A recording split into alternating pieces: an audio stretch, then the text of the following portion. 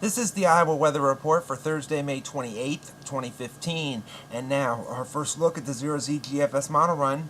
At 1 p.m. this afternoon, we have one disturbance moving across New England.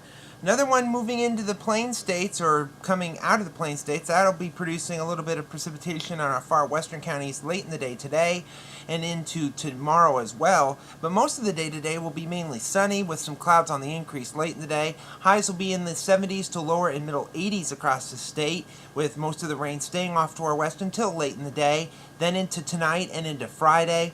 Looks to be rather wet and fairly cloudy most of the day on Friday. Showers and thunderstorms possible. Doesn't look like much of any severe weather, but decent rainfall amounts, around an inch, give or take a couple of tenths. Highs mainly in the 70s. Could see some early showers here on Saturday, followed by some clearing skies. Be a lot cooler as well. Highs in the 60s to lower 70s across the state, both on Saturday and again on Sunday. Saturday will probably be a little bit wet in the morning, like I said, and Sunday will be mainly sunny and dry for the entire day. Most of the precipitation here on Sunday will be to our south and east across the pretty much the southeastern quarter of the country. Fairly dry off to our west.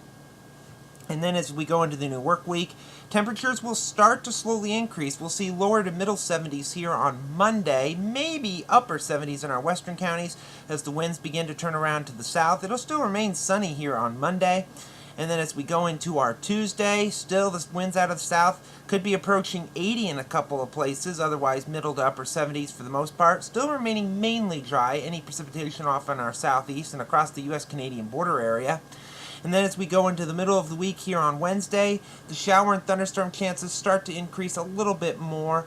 Be about a 20% crack at this, mainly in the afternoon hours, with highs around 80, give or take a couple of degrees. Better chances would be to our north and again over the south and east. And a disturbance will be coming in here on next Thursday. You can see that over the northern plains and the upper Midwest. Another one moving into the west coast as well.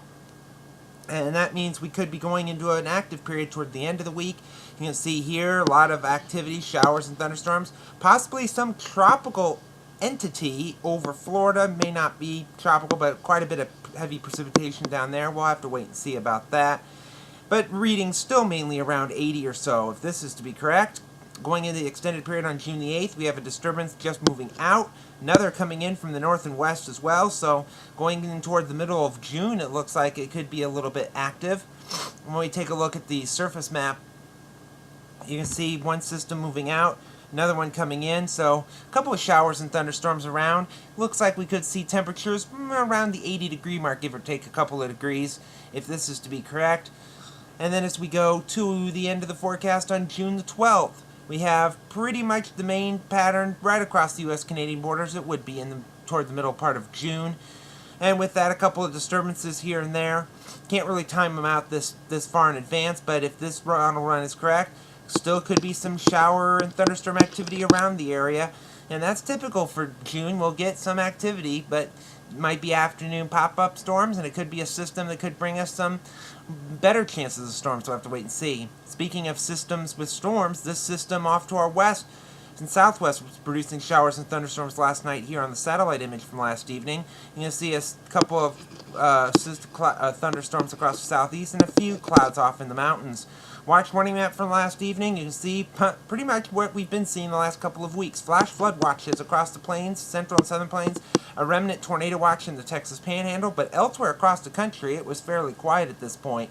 But when you take a look at the QPF chart, precipitation over the next 5 days through Monday evening at 7 o'clock shows quite a bit of rain around Oklahoma and Texas again, maybe 2 to 3 inches. Around here about an inch or two in the next couple of days, with the heaviest falls across the south as well.